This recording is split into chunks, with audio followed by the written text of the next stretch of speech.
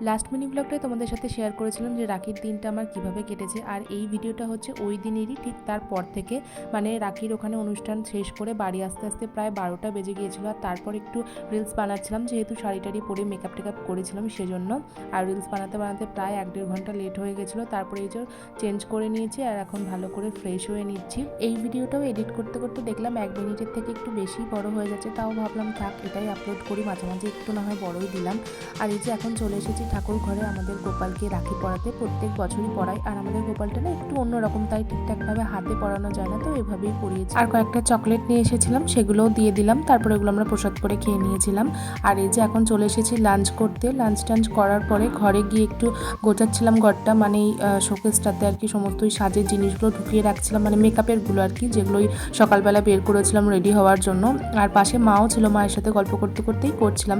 দেন দুপুরবেলা একটু শুয়েছিলাম, বাট ঘুমানো হয়নি। তারপরে যে রেডি হয়ে নিয়েছি, পূজার সাথে যাব একটু মেলা দেখতে, মানে আমাদের এখানে ঝুলনের মেলা হচ্ছে, সেখানেই গিয়েছিলাম। তবে মেলা দেখাটা ছিল জাস্ট একটা এক্সকিউজ, শুধুমাত্র দুজনে একটু মানে বেরিয়ে গল্প টল্প করবো বলেই বেরিয়েছিলাম। আমার না ওই দিন ভীষণ পায়ে যন্ত্রণা হচ্ছিল, তাও বেরিয়েছিলাম, যেহেতু ওকে বলে দিয়েছিলাম যে হ্যাঁ বেরোবো।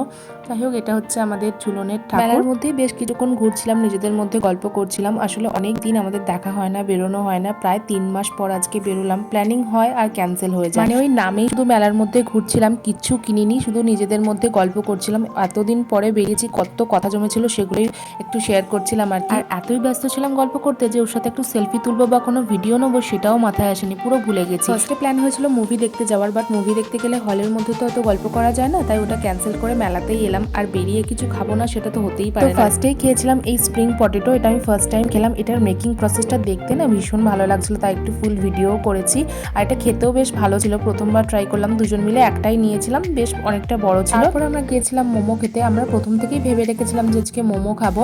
আর মোমোর যে দোকানটায় গিয়েছিলাম, এটা এখানকার স্থায়ী দোকান নয়, মেলার জন্যই বসেছে। তো ওনাদের চিকেন মোমোটা খাওয়ার পর ওনারা বলেন যে আমাদের চিকেন পিৎজাটা একটু ট্রাই করতে পারো, বেশ ভালো হয়। সেজন্য দুজন মিলে একটা মিডিয়াম সাইজের পিৎজা নিলাম। খেতে মোটামুটি ভালোই ছিল, তবে খাওয়াটা টু মাচ হেভি হয়ে গেছিল, তাই একটা কোল্ড ড্রিঙ্কস খেয়ে বাড়ি চলে এসেছিলাম। তো থ্যাঙ্কস ফর ওয়াচিং, টাটা।